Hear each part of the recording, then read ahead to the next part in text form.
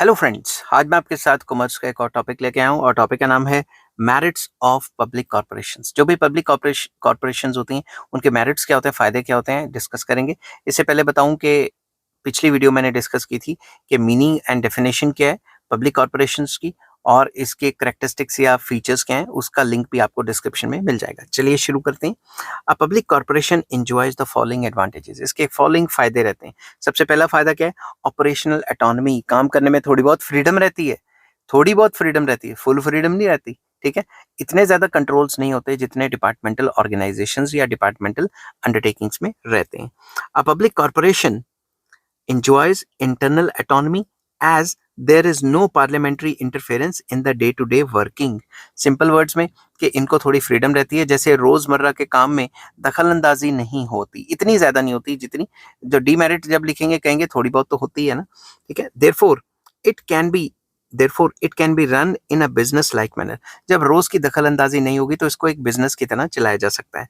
There is a high degree of freedom, boldness and enterprise in the management of public corporations. जो भी public corporations की जो management है, manage करने वाले लोग हैं, उसमें ज्यादा फ्रीडम दी जाती है, ज्यादा बोल्ड होते हैं और उसको एक बिजनेस तरीके से चलाया जाता है ताकि प्रॉफिट भी कमाया जा सके। ठीक है, freedom from political interference and bureaucratic controls encourages initiative and efficiency.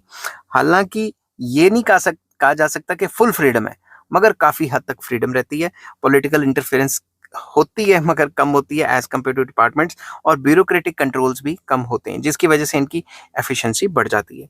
There is independent management in public corporations. जो भी पब्लिक कॉर्पोरेशंस होती हैं उनकी जो मैनेजमेंट है वो इंडिपेंडेंट रहती है, वो अपने हिसाब से डिसीजन लेते हैं, गवर्नमेंट की इंटरफेरेंस कम रहती है। इस पूरे पॉइंट में यही बोला गया है। ठीक है, नेक्स्ट पॉइंट आ जाता है क्विक डिसीजंस। जो डिसीजन मेकिंग है वो काफी क्विक हो जाती है। ठीक है, a statutory corporation is free from prohibitory rules applicable to the departmental organisations. जो डिपार्टमेंटल ऑर्गेनाइजेशंस है उनमें तो जगह जगह चेक करने के लिए रूल्स रेगुलेशंस है, ऐसे करो वैसे करो वैसे करो। इसमें इतने ज्यादा जो है, ज्यादा स्ट्रिक्ट रूल्स रेगुलेशंस इतने ज्यादा नहीं होते, इस वजह से ये क्विक डिसीजंस ले सकते हैं। It can take prompt decisions and easily adjust to changes in technology and market condition. तो जैसे जैसे टेक्नोलॉजी या मार्केट कंडीशन चेंज होती है, इकोनॉमी में चेंजेस आते हैं, उसी हिसाब से क्विक डिसीजंस ले सकते हैं। It has less red tapism and fewer bureaucratic procedures. इनके जो रेड टेपिज्म या डिले इन वर्क है या फिर जो प्रोसीजरल डिलेज हैं वो बहुत कम होते हैं as compare to departmental organisations. Third point आ जाता है motivation. The service condition of employees are better than those of government servants. जो गवर्नमेंट सर्वेंट्स के जो डिपार्टमेंट्स के अंडर जो सर्विसेज करते हैं उनकी जो टर्म्स एंड कंडीशंस होती हैं उनसे better terms and conditions public corporation वालों की होती है। उनको इंसेंटिव्स दिए जाते हैं, मोटिवेशन दी जाती है कि और करो और करो और काम मिलेगा। समझ की बात? Therefore a public corporation can attract and retain talented experienced managers. तो जब उनको मोटिवेशन दी जाती है, उनकी तनख्वाहें बढ़ाई जाती है, प्रमोशन की जाती है, तो वो अच्छे स्टाफ को रिटेन कर सकते हैं और टैलेंटेड बंदों को जल्दी प्रमोट भी कर सकते हैं। There is a greater incentive for hard work and performance. कोई हार्डवर्क या परफॉर्मेंस देता है तो उसको अच्छे से रिवॉर्ड मिलता है। नेक्स्ट आ जाता है parliamentary control. The performance of a statutory corporation is subject to scrutiny and discussion by the parliament. जैसा कि मैंने फीचर्स में भी बताया था कि जो भी इनकी वर्किंग होती है, काम होता है, उसको स्क्रूटनाइज किया जाता है, उसको पूरी तरह से उसको खंगाला जाता है। पार्लियामेंट के अंदर डिस्कशंस होती हैं कि ऐसा क्यों हो रहा है, तो कंसर्न मिनिस्टर को जवाब देना पड़ता है। Such parliamentary control helps in ensuring proper use of public money and improving performance in the public interest.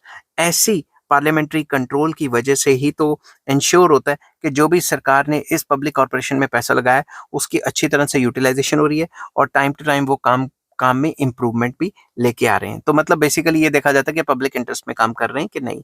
The interest of consumers are protected due to the inherent services motive. Simple words में public corporation का बनाने का मकसद क्या था? Service motive. तो ये भी देखा जाता है कि जो कंज्यूमर्स हैं उनके जो इंटरेस्ट हैं वो प्रोटेक्ट हो भी पा रहे हैं कि नहीं, क्योंकि इसका मेन मकसद तो सर्विस देना है। Next, efficient management. The directors and top executive of a statutory corporation can be drawn from different occupations। Basically जो भी इनके डायरेक्टर्स होते हैं वो डिफरेंट ऑक्यूपेशन से बुलाए हुए बंदे होते हैं बोर्ड ऑफ डायरेक्टर्स में। तो हर एक बंदा अपने काम में प्रोफेशनल होता है, इसलिए अच्छे तरीके से मैनेज हो पाता है ये। Professionals and professionals and experts can be appointed at important positions in the corporation. Corporation के अंदर जितनी भी इंपॉर्टेंट पोजीशंस होंगी उनमें एक्सपर्ट्स एंड प्रोफेशनल्स को अपॉइंट किया जाता है। The corporation can borrow money from the public and thus finance expansion programmes without undue delay. ये पब्लिक से मनी को बोरो कर सकती है, इस वजह से अगर इसको पैसा चाहिए तो इसको गवर्नमेंट के ऊपर इतना ज्यादा डिपेंड होने की जरूरत नहीं रहती। ठीक है, इस वजह से काम फटाफट से हो जाता है, एफिशिएंसी रहती है। It can be run in a business like manner and use it's funds with greater freedom. ये बिजनेस जैसे बिजनेस ऑर्गेनाइजेशंस हैं उन तरीकों से ये काम कर सकती है, इस वजह से इसमें फंड्स का आना जाना काफी आसान रहता है, गवर्नमेंट के ऊपर डिपेंडेंस कम रहती है, इस वजह से इसको ग्रेटर फ्रीडम अवेलेबल है। ठीक है, नेक्स्ट आ जाता है economies of scale. A statutory corporation is generally large in size and enjoy monopolistic power. Basically ये जो स्टेचुटरी कॉर्पोरेशंस या पब्लिक कॉर्पोरेशंस होती हैं ये बहुत बड़ी रहती हैं, इनकी मोनोपोली पावर होती है।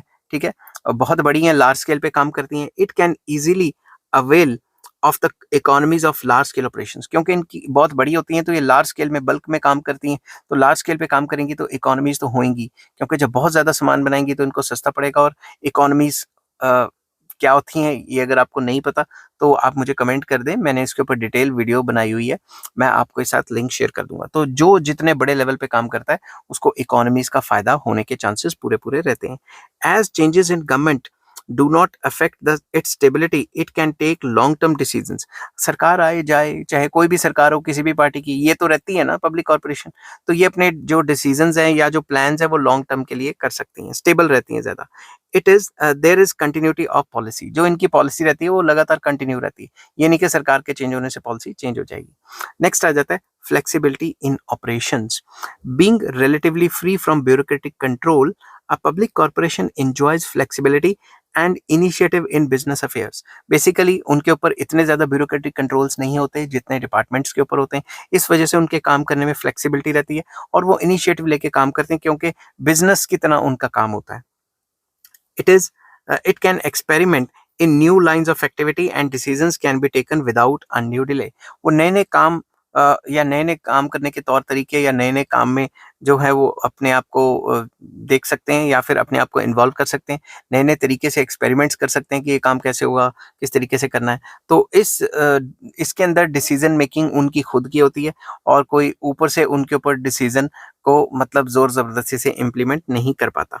बट डीमेरिट में कहेंगे कि कर पाता है, क्योंकि गवर्नमेंट तो है ही है ना, तो वो कोई भी एक्सपेरिमेंट करके न्यू लाइन ऑफ एक्टिविटी शुरू कर सकते हैं, जिसकी वजह से उनका जो अनड्यू डिले है वो नहीं होगा। डिपार्टमेंट्स में क्या होता है, कोई भी काम करना है पहले एचओडी से पूछो, हेड ऑफ द डिपार्टमेंट से पूछो, हेड ऑफ द डिपार्टमेंट आगे फिर मिनिस्टर से पूछेगा, ऐसे डिलेज यहाँ पे नहीं होते। नेक्स्ट आ जाता है special privileges. A public corporation is often granted special privileges, उनको स्पेशल प्रिविलेजेस होते हैं। The special law by which it is created can be tailor made to meet the specific needs of the particular situation. तो जो भी उनके लिए special act या special कानून के तहत वो आए हैं उनको टाइम टू टाइम या फिर टेलर मेड किया जा सकता है, टेलर मेड या सिचुएशन के हिसाब से चेंज किया जा सकता है, जिससे उनको जो है थोड़ी बहुत फ्रीडम रहती है। तो बेसिकली जिस एक्ट के अंडर वो आए हैं उस एक्ट को अपने हिसाब से सरकार बना देती है ताकि वो उस जो ऑब्जेक्टिव्स हैं उनको मीट कर सके। आई होप ये वीडियो आपको पसंद आई होगी, अगर पसंद आती है तो please like share and subscribe. इस चैप्टर के बाकी लिंक्स आपको डिस्क्रिप्शन में मिल जाएंगे और नेक्स्ट टॉपिक मैं करूंगा demerits of public corporations. Till then take care, bye bye.